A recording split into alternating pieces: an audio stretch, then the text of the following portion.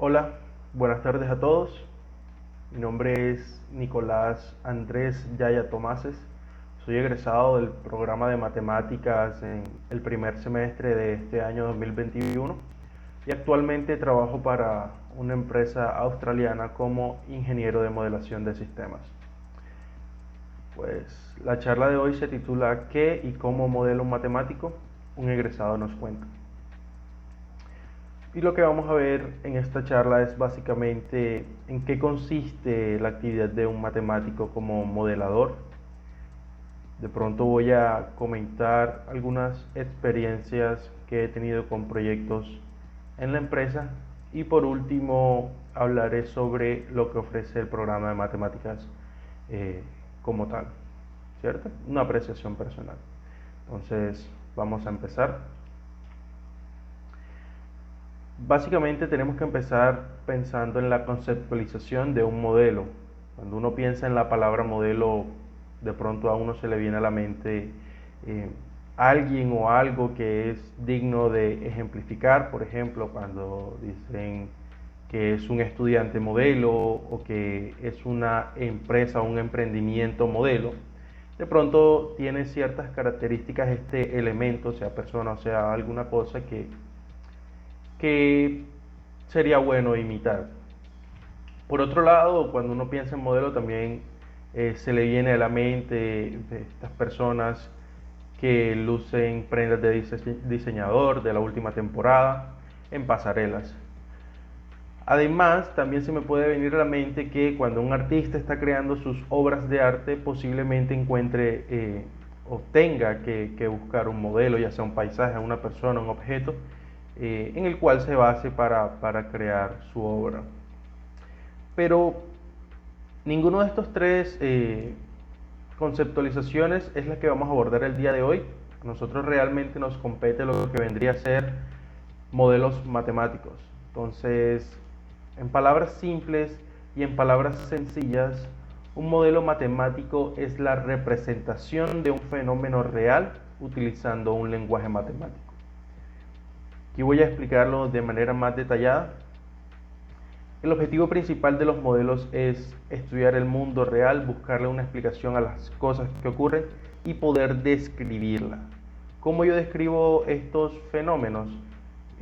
Pues con el lenguaje matemático, que consiste en una serie de, pueden ser ecuaciones, inecuaciones, gráficas, tablas, que me permiten poder explicar de una manera sencilla y que otras personas también puedan entenderlo, lo que ocurre en un fenómeno. ¿Vale? Entonces, la importancia de los modelos matemáticos radican en que me permiten, además de entender cómo está sucediendo el fenómeno, también me da la posibilidad de poder predecir comportamientos, además de poder comprender cómo las diferentes variables o los diferentes elementos que conforman este fenómeno afectan el desarrollo del mismo. De esta manera, lo que me permite es poder tomar decisiones basadas en la información que me brinda el modelo o en destacar algún dato relevante de lo que puede ocurrir, ¿vale? Entonces, esto me ayuda mucho porque con los modelos matemáticos yo soy capaz de tomar decisiones o de obtener respuestas. Aquí voy a brindar una serie de ejemplos, algunos ya conocidos. Por ejemplo, como todos sabemos, estamos en una actual pandemia y desde el principio, cuando estaban apareciendo los primeros casos, siempre se ha hablado de el modelo de dispersión de la enfermedad y se ha hablado bastante de lo que sería aplanar la curva. Resulta que la forma en que se está esparciendo o se estuvo esparciendo el virus durante todo este tiempo fue posible modelarla teniendo en cuenta diferentes aproximaciones, pero es un ejemplo de un modelo que se puede construir alrededor de un evento real y que yo puedo llegar a describir utilizando el lenguaje matemático. ¿Vale? Por otro lado, también podemos modelar el evento de que nosotros queremos calcular cuánta energía podemos aprovechar con estas turbinas eólicas en un campo de una granja eólica básicamente. Para esto también existen modelos, existe algo que se llama el perfil de viento y digamos que con predicciones de la estacionalidad, de velocidad de vientos, yo podría dar un estimado de cuánta energía yo puedo aprovechar, por ejemplo, en 1 o 5 o 10 años con una granja de este tipo y mirar la factibilidad del proyecto. Entonces, tengo un fenómeno real, busco la manera de entenderlo, realizo una serie de formulaciones, generalmente en lenguaje matemático, que me permiten generar predicciones, sacar información relevante y esto me ayuda a tomar decisiones sobre lo que voy a hacer, ¿vale? Estos son dos ejemplos bien chéveres de qué sería un modelo matemático. En la modelación existen ciertas etapas que suelen ser comunes en el proceso. No es como tal una estructura definida, sino que traté como de recopilar cuáles serían las etapas comunes en el proceso, como lo he mencionado antes. Primero, todo parte de la definición del problema. No necesariamente debe ser un problema, también puede ser una motivación que tenga uno como modelador de querer explicar algo. Posteriormente viene un paso bastante importante que es definir las variables, porque si vamos a comunicarnos en lenguaje matemático, pues obviamente tenemos que apuntarle a ciertos parámetros o ciertas variables de interés que nos interesa, valga la redundancia, poder describir, poder explicar, poder comprender, poder mirar los efectos. El tercer paso, que es el más interesante del proceso, consiste en obtener una solución alrededor de las variables que yo he definido previamente. Y este tercer paso es un proceso dinámico. Quiere decir que yo voy a estar en contacto con múltiples fuentes de información, posiblemente con expertos en el área que validen las hipótesis que estoy formulando o que me conduzcan o validen la formulación que estoy haciendo, ¿vale? Entonces también me puedo basar en datos existentes para ajustar modelos que describan bien estos datos, dependiendo del fenómeno que esté analizando. Y también habrá, por supuesto, no en todos los casos, pero en la mayoría de casos, siempre tendré algo de literatura disponible del trabajo que han hecho otros autores con respecto a mi problema de interés, que me puede servir de ayuda para guiar mi proceso de modelación. ¿Ok? Pues continuaríamos con el cuarto paso, que es el análisis y la evaluación del modelo que yo acabo de diseñar. Y este paso es muy importante porque nosotros como matemáticos debemos ser críticos ante el modelo.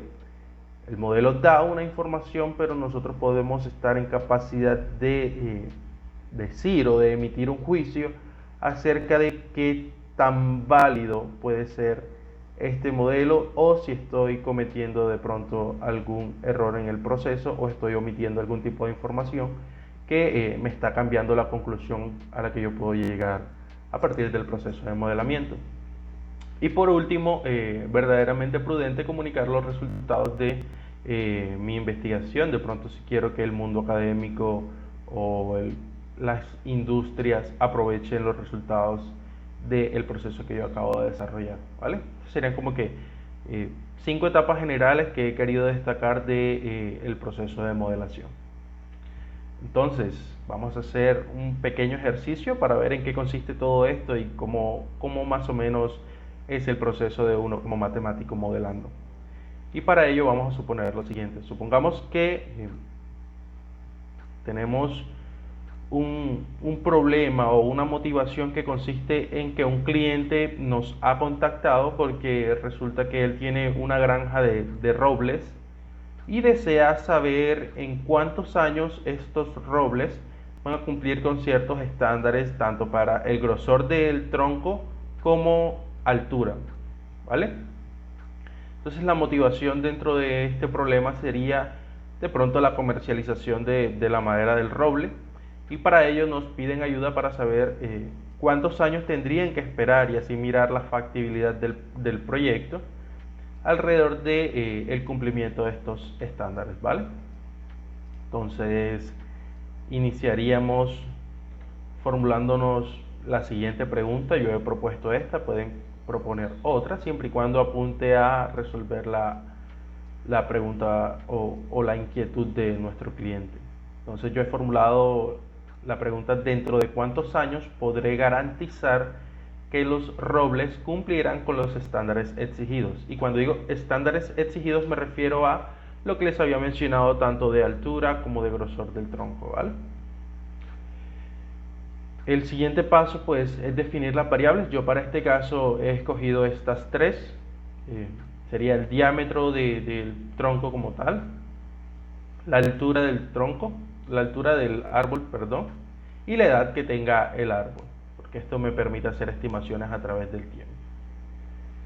El tercer paso, como les mencionaba, es un proceso en el que yo consulto distintas fuentes de información, hago formulaciones alrededor del problema, miro distintas alternativas y trato de encontrar algo que verdaderamente me describa el fenómeno que yo estoy analizando, ¿vale?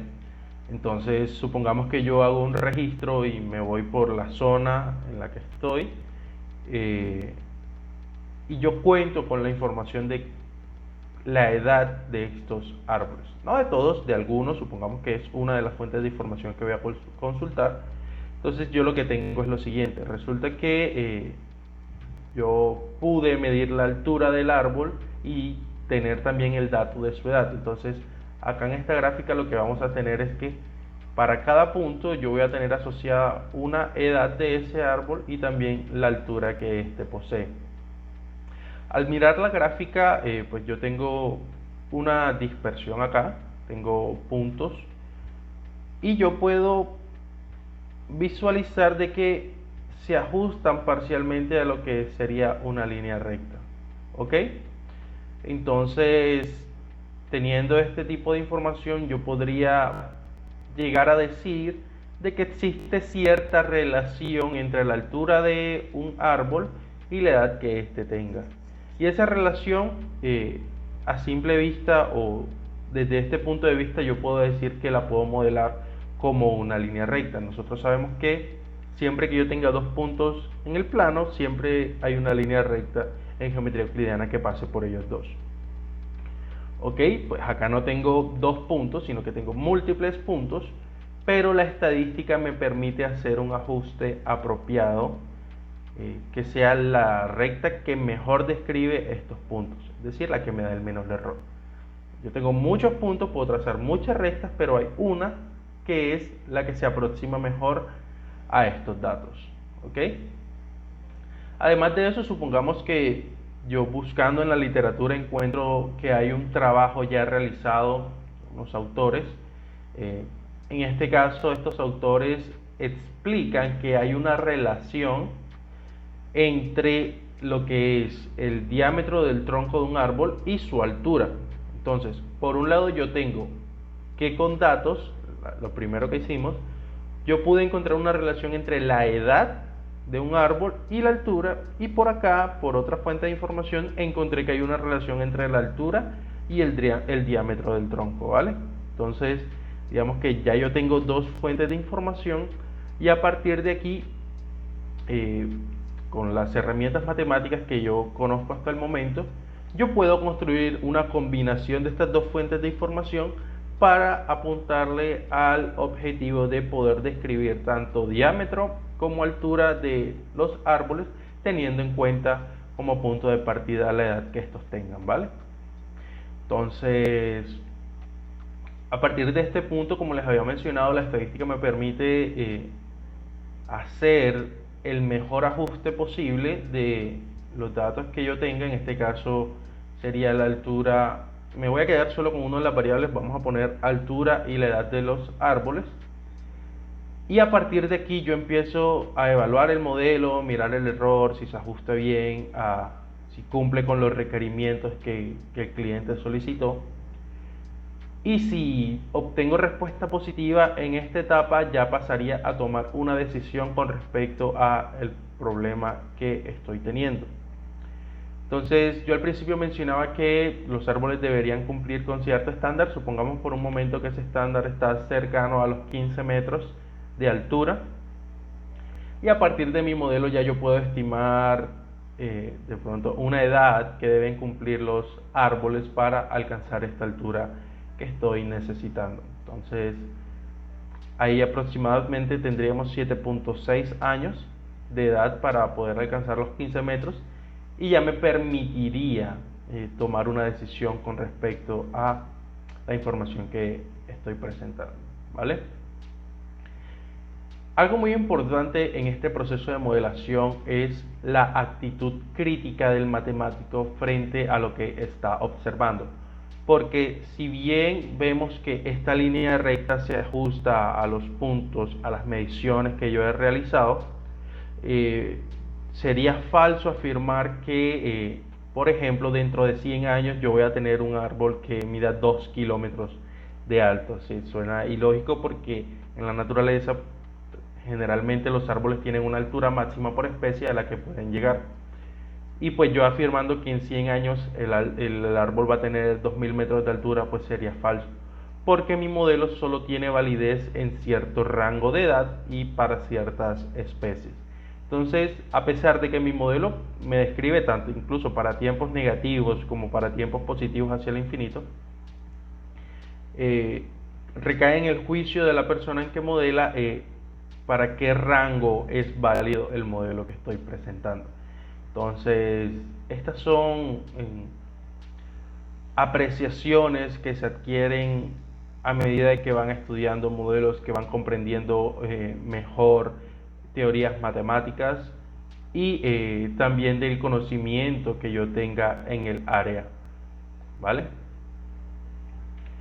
Entonces, a partir de este punto me gustaría hablar de lo que serían los modelos y la complejidad, porque es cierto que el mejor modelo es el que explica de mejor manera el fenómeno, pero que es el más simple también.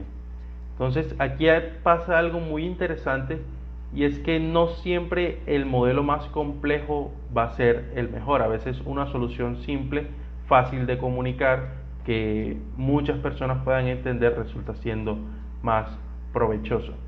Entonces, quiero dar este mensaje.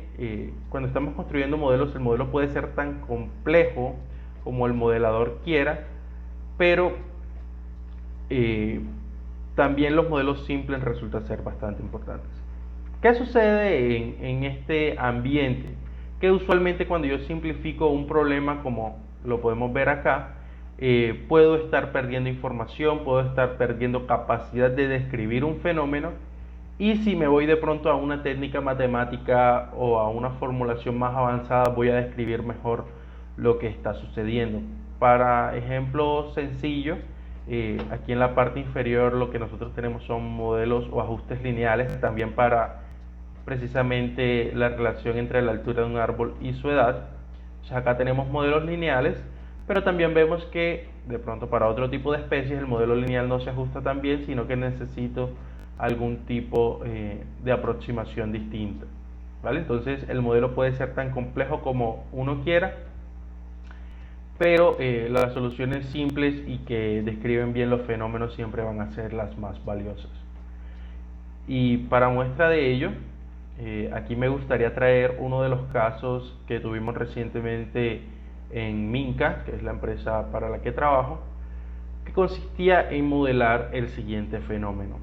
Pues había un pozo de bombeo, que es básicamente una perforación en la tierra, en donde yo inserto un tubo de metal y por el cual desciendo una bomba para extraer material que esté subterráneo, ¿ok?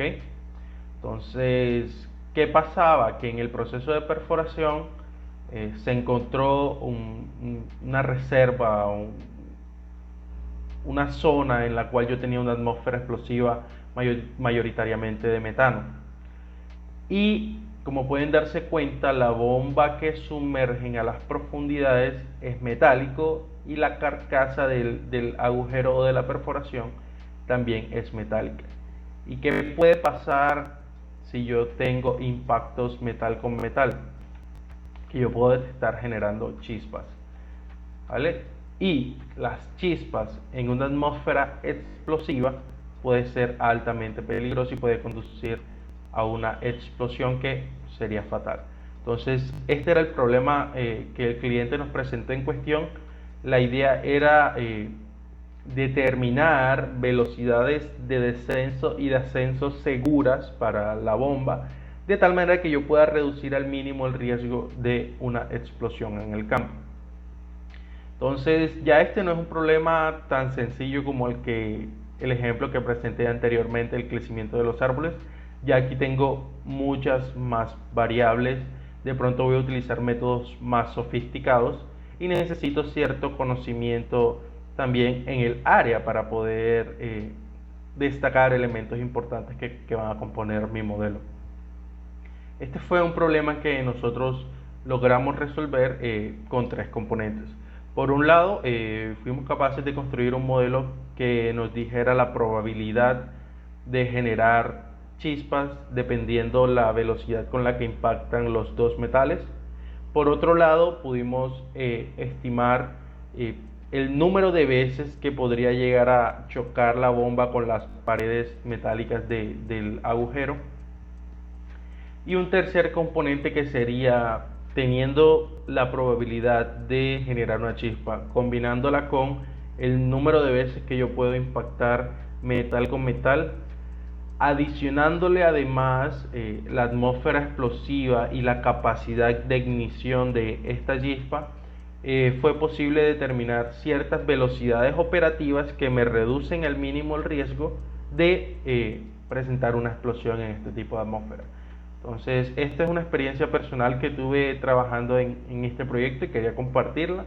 De pronto, si tienen más dudas alrededor de cómo fue la formulación y el desarrollo, acá les dejo mi correo, me pueden escribir si alguno está interesado, no hay ningún problema. Yo con gusto estaría encantado de brindar información y de compartirla con ustedes. Y por último, me gustaría hablar de qué valoro, mi apreciación personal sobre lo que fue el programa de matemáticas. Y como les había mencionado, cuando uno quiere modelar no solamente necesita el componente matemático, que sí es bastante importante, sobre todo porque nos brinda ese pensamiento crítico alrededor de lo que estamos desarrollando, de su validez y su veracidad, de qué tanto aplica y qué tan conciso y consciente es, sino que además el programa de matemáticas en la Universidad del Norte me dio la posibilidad de escoger un énfasis, y explico en qué consiste. En este programa de matemáticas uno tiene la posibilidad de enfocarse a cierta área del conocimiento, de pronto que sea de interés de uno. Por ejemplo, si me interesan los procesos productivos, yo podría escoger el énfasis en ingeniería industrial. Si me interesan procesos dinámicos, térmicos, yo me podría ir por el área de ingeniería mecánica, que fue mi caso. Si me interesa la ingeniería civil, también está ese énfasis. Si de pronto me interesa modelar sistemas o economías, también tengo el énfasis de ingeniería, el énfasis de economía, disculpen. Y esa es una posibilidad que yo encontré en lo que fue el programa de matemáticas de la Universidad del Norte. Y es algo que yo valoro mucho porque yo trabajo para una empresa minera que la mayoría de problemas o la mayoría de solicitudes tienen que ver con el ámbito mecánico estructural, y pues yo tuve la posibilidad de estar en el énfasis de ingeniería mecánica, y con mis conocimientos matemáticos llego a ser un refuerzo en este área. Entonces tengo ciertos conocimientos ya previos en el área que me están siendo bastante útiles para desarrollarme como ingeniero de modelación de sistemas, enfocado en lo que es la industria minera y los problemas o las situaciones que pueden ocurrir en este campo. Entonces, esa era una apreciación que quería compartir con todos ustedes. Esto ha sido una breve presentación de qué y cómo modela un matemático. Un egresado nos cuenta. Recuerden que mi nombre es Nicolás Andrés Yaya Tomases, matemático egresado en el primer semestre de este año 2021 de la Universidad del Norte. También quisiera agradecer a todo el equipo del programa de matemáticas por brindarme esta participación, aunque de manera síncrona, en la Feria Pop, y Los invito a que si tienen dudas o algún tipo de preguntas me puedan contactar. Aquí en naranja les dejo mi correo para que me remitan cualquier duda, ¿vale? Entonces, les agradezco mucho la atención prestada y muchas gracias.